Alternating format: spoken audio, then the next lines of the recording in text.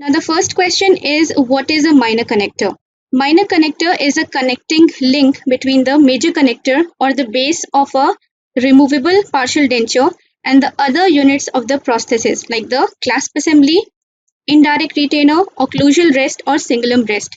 So any connecting link which connects the major connector to other parts of the prosthesis. For example, here it is connecting the clasp assembly and here it is connecting the indirect retainer, that is called as a minor connector. Now the functions of the minor connector. It has three main functions. It joins the major connector with the other components. It transfers and distributes functional stresses to the abutment teeth and the residual ridge. It transfers the effect of retainers, rest and stabilizing component to the remainder of the denture. Now we have four types of minor connector. The first one is a minor connector that joins the clasp assembly to the major connector. So this connecting link is a minor connector. Then second is a minor connector that joins an indirect retainer to the major connector. So here we can see that this is a minor connector. Then we have a minor connector that joins the resin denture base to the major connector. This is the third type of the minor connector. Then fourth minor connector, it is that minor connector which serves as a approach arm for the bar type of clasp. So this is the only minor connector which can be flexible.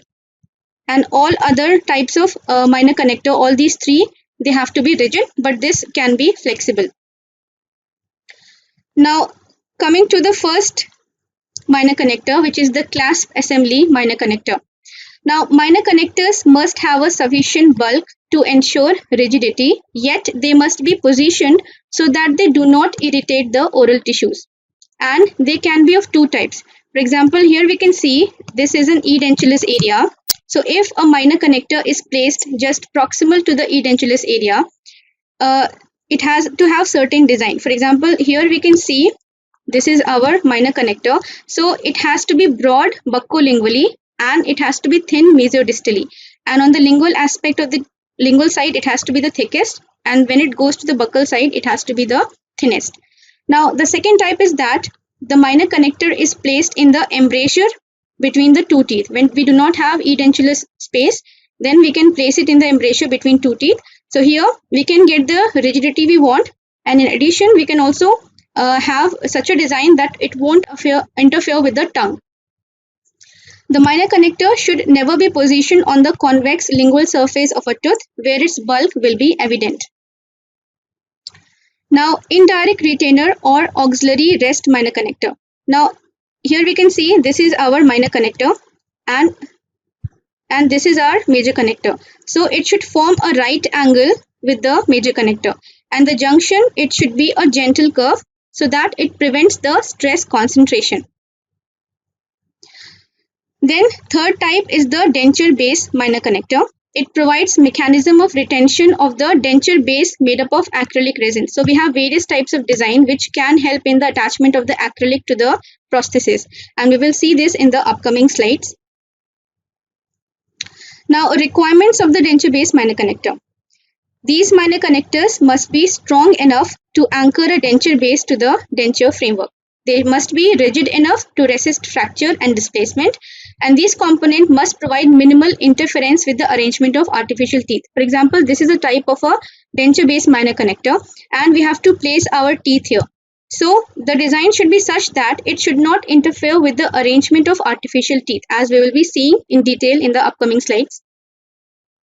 Now, there are some requirements which are specific for the maxillary arch. In the maxillary arch, a distal extension base must extend to the entire length of the ridge and it should cover the tuberosity. Consequently, a minor connector should be extended as far posteriorly as is practical. Now, denture base minor connector, there are some requirements which are specific for the mandibular arch. Here we can see that this is a distal extension case. Now, in the mandibular arch, a distal extension base, it must cover the retromolar pad. Therefore, the minor connector, it should extend to 2/3 of the length of the edentulous ridge. If x is the total length, it should be 2/3 of the total length, 2/3 of the total length. So this will provide the adequate support and retention for the associated resin base. Now the types of the denture base minor connector. We have three types. We have open construction. This is a ladder-like arrangement. Second type is mesh construction. Here we have small holes or channels. And third type is bead, nail head or wire construction. Here we have small beads. Now the thing we need to keep in mind is that for these two we need to give relief, and for this we do not require any relief. The first one is the open construction. This has a ladder-like network, and also we have to give relief beneath it so that we have space for the acrylic placement. So here we have struts. This is the longitudinal strut. This is the transverse strut. Now the design should be such that it should not interfere with the placement of the teeth. Now for the mandibular arch, we can see that there are two struts, one buccal side and one lingual side.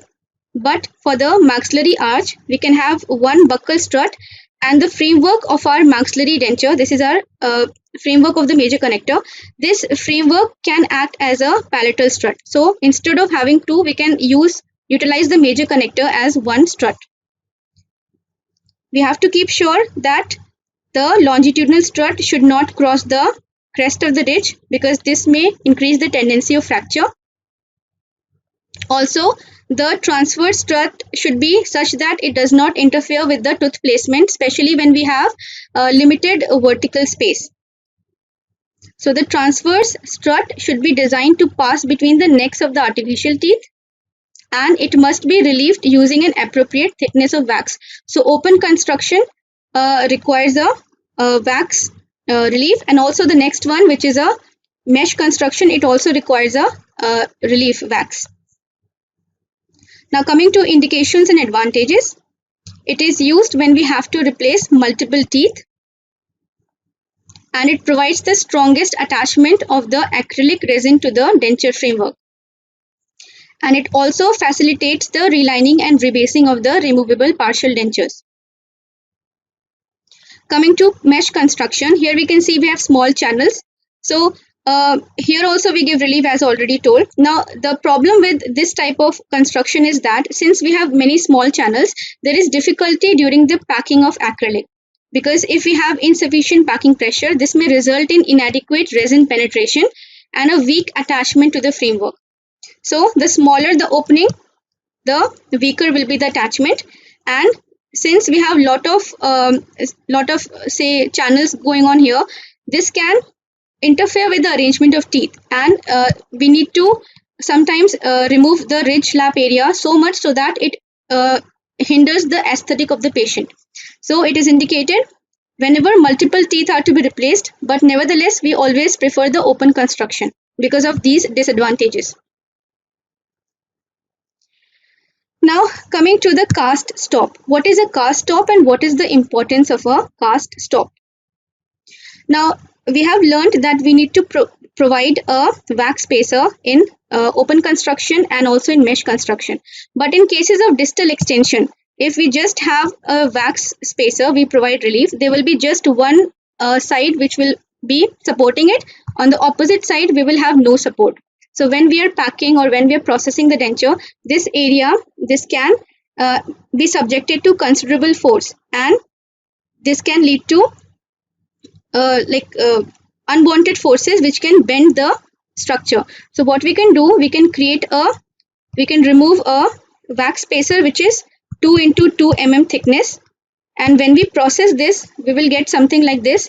This is called the cast stop. So this will be in close proximity to our master cast, and this will prevent the unwanted forces while we are packing, or while any unwanted forces which the denture might experience.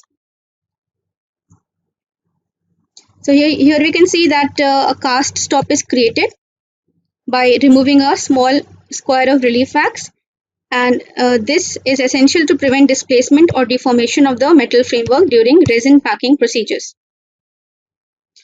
Now the third type is the bead, nail head or wire construction. It is indicated in short span tooth supported application in patient with well healed ridges, Advantage is that it has improved hygiene and enhanced thermal stimulation. Disadvantage is that difficulty in adjusting and relining cast metal bases, and attachment of resin is relatively weak. Now here we give this in cases when we have metal denture bases. So metal denture bases, obviously they are in close proximity to the tissues. So we do not need to give relief in such kind of minor connector. Now attachment of the minor connector to the major connector. Now a minor connector, we have learned that it connects the acrylic with the major connector. So we need to have a resin metal interface. We need to create a resin metal interface, and these are called as the finish line. What is a finish line? It is a planned junction of different materials. And we can have two types of finish line, the external finish line and the internal finish line. The external finish line is given on the polished surface, also called as the KMU surface, and the internal finish line, it is given on the intaglio surface or tissue surface. Now internal finish line. Now when we give a wax spacer or relief, this margin of the relief wax, it will become the internal finish line. So this will give a space where we can have acrylic and we will have a junction. So here we can see the internal finish line. Also keep in mind that it has to be 90 degrees, means we create a butt joint here between this acrylic and the minor connector. Then we have the external finish line.